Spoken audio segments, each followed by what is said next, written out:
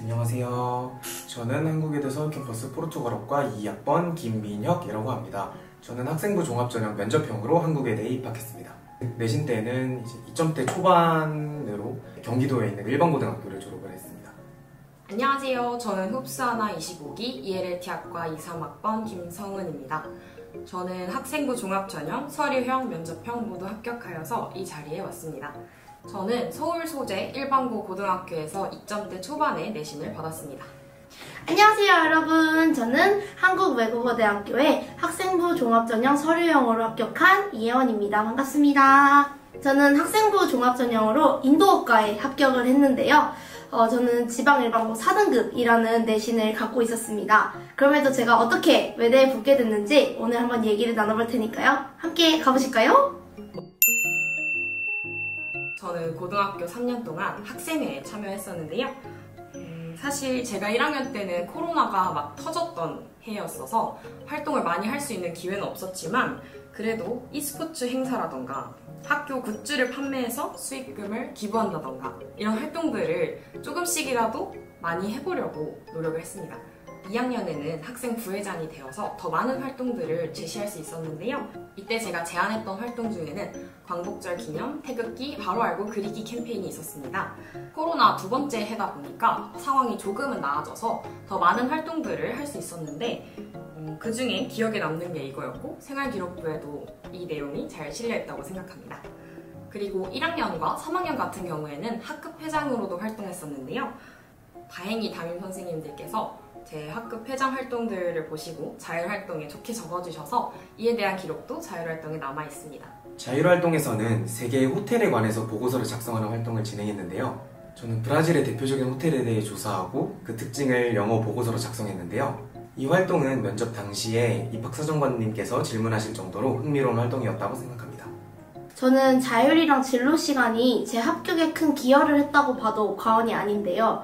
저는 학생회장이나 반장을 하기보다는 창체활동에서 부장으로 활동을 많이 했는데요. 창체부장으로 활동하다 보니까 학급 친구들을 전부 다 통솔할 수 있는 기회가 있었고 제가 직접 활동을 기획하면서 되게 뜻깊은 시간을 많이 보냈던 것 같습니다. 제가 가장 집중했던 것은 혼자서는 할 수 없는 활동이었는데요. 일단 많은 친구들이 함께 하다 보니까 다양한 의견을 들을 수 있다고 생각이 들어서 일부러 제가 문과다 보니까 다른 이과 친구랑 결합을 해서 한다든지 아니면 의대를 가려는 친구들과 합쳐서 인도의 의료기술이라든지 아니면 집단면역 등에 대해서 탐구했던 기억이 납니다. 아무래도 저는 지방 일반고이다 보니까 학생들이 활동에 큰 관심을 갖지는 않았어요. 저는 꼭 외대에 오겠다는 일념이 있었기 때문에 모든 학생들을 막 깨워서 막 자는 친구들을 막 이렇게 독려해 가면서 했었던 것 같습니다. 근데 그 과정에서 많은 친구들이 처음에는 조금 뭐야 하기 싫어 이런 태도였는데 갈수록 참여를 열심히 해줬어요. 그래서 저도 더 힘을 내가지고 했었던 것 같고요. 3년 내내 창체부장을 하다 보니까 학교 선생님들도 이제 저만 보시면 너 활동 되게 열심히 한다고 그렇게 인정해 주셨었습니다. 저는 학생부 종합전형을 준비하면서 동아리 활동에 심혈을 기울였는데요. 1학년 때는 영자신문 동아리, 2학년 때는 문학 동아리, 3학년 때는 국제 동아리에서 활동했습니다. 그 중에서도 3학년 국제 동아리에서 진행한 활동을 하나 소개해드리고 싶은데요. 저는 국가 홍보지 제작 활동에서 브라질에 대한 내용을 조사하여 국가 홍보지를 작성했습니다.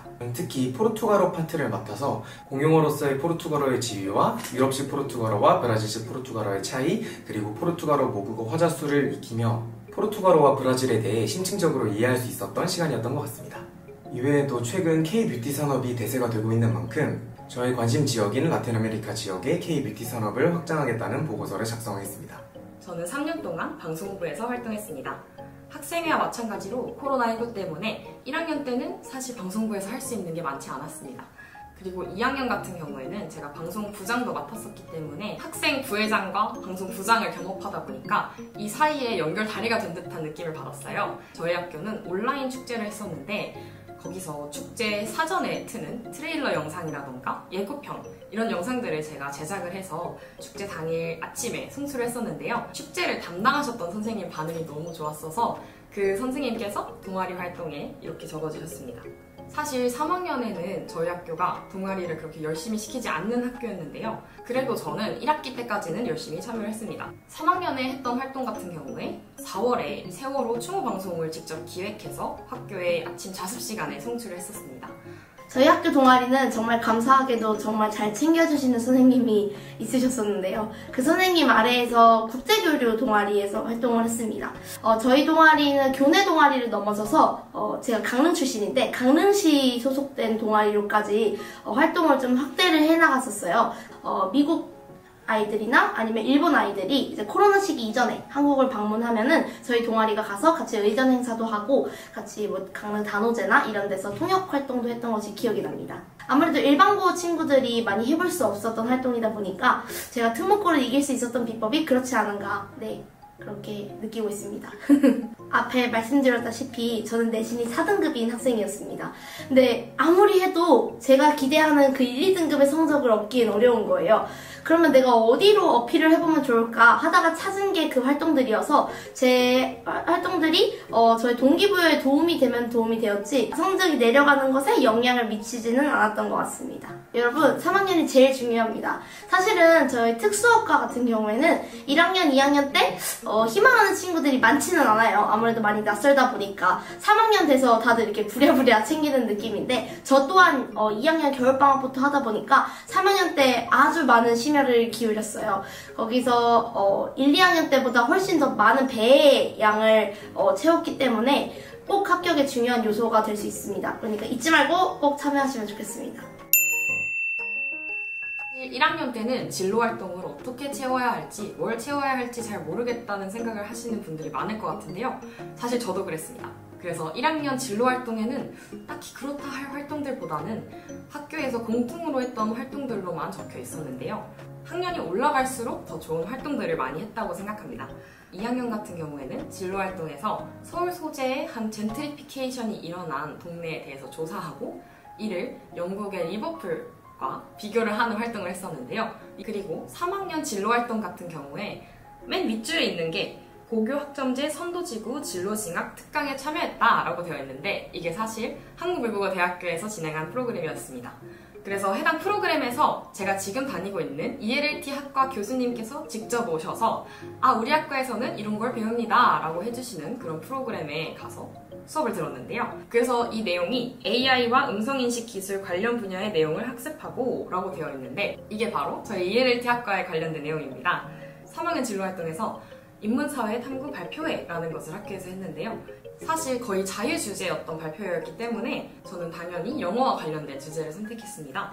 현대 사회 속 언어 혹은 발음이 부와 권력의 세습에 미치는 영향에 대해서 조사하고 발표했다라고 적혀 있는데 여기서 주된 예시로 영국의 발음들에 대해서 얘기를 했기 때문에 영어에 대한 얘기도 많이 적혀 있습니다. 이런 식으로 자동공진이라고 하죠. 이제 봉사는 안 들어가지만 이런 활동들에서도 본인이 가고 싶은 학과나 관심 분야를 잘 드러낼 수 있는 방법들을 잘 찾아야 된다고 생각해요. 제 세부능력 특기사항에는 딱 2가지 비밀이 있는데요. 첫 번째는 바로 경험을 많이 어필하자였고요. 두 번째는 선배들의 사례를 많이 찾아보는 것이었습니다. 사실 저희 학교에는 특수학과를 학생부 종합전형으로 진학한 선배가 거의 전무후무한 사례여가지고 제가 많이 어려움을 겪었었는데요. 그때 제가 떠올린 방법은 전국에 다른 사람들의 합격 사례를 좀 많이 알아보면 되겠다 싶어서 저는 그때부터 수만이라든지 이런 학생들 커뮤니티를 활용하여가지고 선배들의 합격 사례를 많이 조회해보면서 챙겼던 것 같습니다. 거기서 도움을 얻었던 부분은 저는 사실 인도어과라고 하면 인도어에 대해서만, 즉 힌디어만 배울 줄 알았는데 그것을 넘어서서 인도의 문학이나 정치사까지 배운다는 사실을 제가 알게 되었어요. 그래서 그걸 바탕으로 인도의 정치랑 그리고 문학 이야기 그리고 인도의 뭐 전통 문화 같은 내용을 생기부에 담게 되었던 것 같습니다. 저는 수만이에서 봤던 사례를 바탕으로 어떤 문학작품을 좀 탐구해보고자 노력을 했어요. 그 고전시가에서 한국의 고전시가 배경과 그리고 인도의 고전 문학을 같이 비교해보는 노력을 좀 했던 것 같습니다. 사실은 다 힌디어라서 제가 이해를 잘하지는 못했고요. 하지만 인도 연구소라는 곳을 이제 외대가 운영하고 있기 때문에 그 인도 연구소 자료를 보면서 이렇게 더듬더듬 같이 조금 한국 문학에 대학이랑 비교해 보려고 했던 것 같습니다. 두 번째로 말씀드린 전국에 있는 선배들의 사례를 활용하라 라는 말씀은요, 바로 외대가 발표하는 학생부 종합전형 자료집을 활용하는 것이었는데요.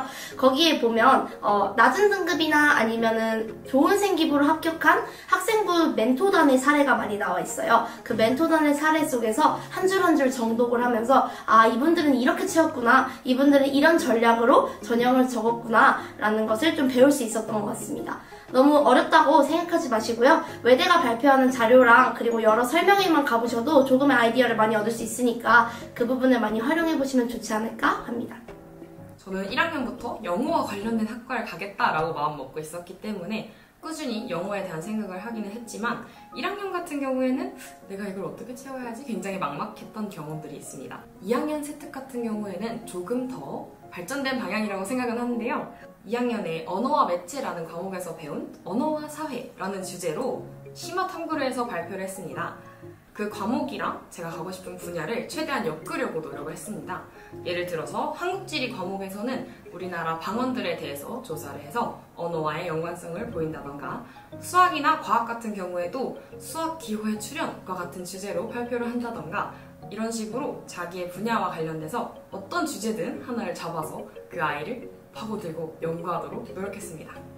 1학년 때는 세특의 내용이 포괄적이었던 반면 2, 3학년 때는 제 희망 전공에 맞게 조금씩 구체화해갔던 것 같습니다. 1학년 통합사회 시간에는 단순히 유럽 문화라는 주제로 발표했던 반면 2학년 생활과 윤리 시간에는 브라질의 쿠리치바라는 도시를 소개하며 생태도시에 관한 보고서를 작성하였습니다. 3학년 영어 시간에는 식민지의 다중언어에 대한 지문을 학습한 후 유럽식 포르투갈어와 브라질식 포르투갈어의 발음 및 어휘 차이를 비교하는 발표를 진행하였습니다. 3학년 동아시아사 시간에는 마카오의 역사라는 주제로 발표를 진행하여 포르투갈의 식민지였던 마카오의 역사와 포르투갈인들이 마카오에 정착하게 된 계기들을 설명하였습니다. 대부분의 과목에서 전공적 합성을 드러낼 수 있는 발표와 탐구 보고서를 제출하여 전공 국가 및 전공어에 애정이 있음을 드러내었습니다. 이제는 독서가 표로 정리되어서 생기부로 나오지는 않지만 세특에다가 녹여서 어떤 책을 읽고 발표를 한다던가 그런 느낌으로 넣는 거 굉장히 추천드리고요. 제가 읽었던 책들에는 영어 원서들이 굉장히 많았습니다. 영어 원서 같은 경우에는 내가 영어에 대한 흥미도 나타낼 수 있으면서 다양한 주제의 책들을 읽어볼 수 있었기 때문에 만약에 어떤 언어를 전공하고 싶으신 분들에게는 이 방법을 굉장히 추천드립니다. 저는 독서 관련된 질문을 면접에서 여러 개 받았을 정도로 독서 활동을 통해서 여러분을 어필할 수 있다는 점 기억해 주셨으면 좋겠습니다. 저는 전공 분야와 관련한 도서로만 독서 활동을 채웠는데요. 면접에서 왜 본인의 미래에 대한 책을 읽지 않았냐는 질문을 받아서 이러한 책들도 읽으시면 좋을 것 같습니다. 인도를 희망하는 친구들이 공통적으로 적는 독서가 있는데요. 네, 인도는 힘이 세다, 아니면 인도의 모든 것, 뭐 이런 책들을 대부분 넣게 돼요. 이제 그렇게 책을 찾는 과정을 보면은 대부분 이제 알라딘에 들어가서 인도어과를 갈 거야. 그러면 인도 검색하고 이제 나오는 책들을 다 이제 찾아서 넣게 되냐고 그런 것인데, 저는 민혁 씨가 말씀하셨던 것처럼 동일한 의견이에요. 사실은 해당 전공 도서를 넣으면 물론 좋지만 너무 전공 도서만 많이 넣으면 인문학적 소양을 보기 어렵다고 생각하거든요. 저희 외대 또한 요즘 들어서는 융합형 인재를 강조하고 계열적 합성을 강조하고 있기 때문에 너무 전공에 치중하시기보다는 넓은 쪽으로 독서를 하면서 거기서 조금씩 좁혀 들어가는 방법을 사용하시면 어떨까 싶습니다. 예를 들어서 저는 뭐 인문학 사전이나 그런 책들을 많이 읽었었는데 그런 책들 속에서 인도 관련된 내용이나 아니면 동아시아, 남아시아 이런 키워드들이 나온다면 그 키워드를 활용해서 좀 가려고 많이 했던 것 같아요. 그래서 너무 제목에서 인도 아니면은 뭐 다른 특수어라면 중국, 뭐 스칸디나비아 이렇게 집착을 하시기보다는 큰 맥락 속에서 그 세부 맥락을 찾아 들어가시면 좋다고 봅니다. 이 부분에는 제가 학급 회장 활동을 하면서 선생님들이 봐주신 저의 모습에 대한 내용들이 나와 있습니다. 리더십이라던가 이런 내용들이 많이 써있겠죠? 저는 항상 밝은 미소로 학급의 분위기를 주도하는 학생이었기 때문에 이런 부분들을 담임 선생님께서 잘 봐주시고 행발을 잘 적어주신 것 같습니다. 아까 앞에서 말씀드렸듯이 저는 1학년 때부터 3학년 때까지 계속해서 창체부장으로 활동을 하다 보니까 1학년 때 활동을 잘 안 하려고 하던 친구들도 2학년 때 저랑 같은 반이 되면은 창체 시간에만큼은 깨어 있었어요. 그런 부분들이 선생님도 되게 인상 깊으셨나봐요.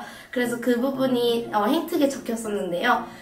이 학생은 뭐 아이들을 독려해서 같이 공동체 활동을 잘 주도를 하고 또 뭐 학생들 사이에서 조금 리더십 있게 행동을 잘했다 이런 부분이 있었는데 저희 학교에서는 저랑 같이 반을 하면은 창체 활동은 정말 퀄리티가 높아진다. 창체 활동으로만으로도 대학을 갈 수 있다라는 말이 있을 정도로 제가 정말 힘들게 많이 시켰기 때문에 거의 매주 토론을 했다고 보시면 됩니다.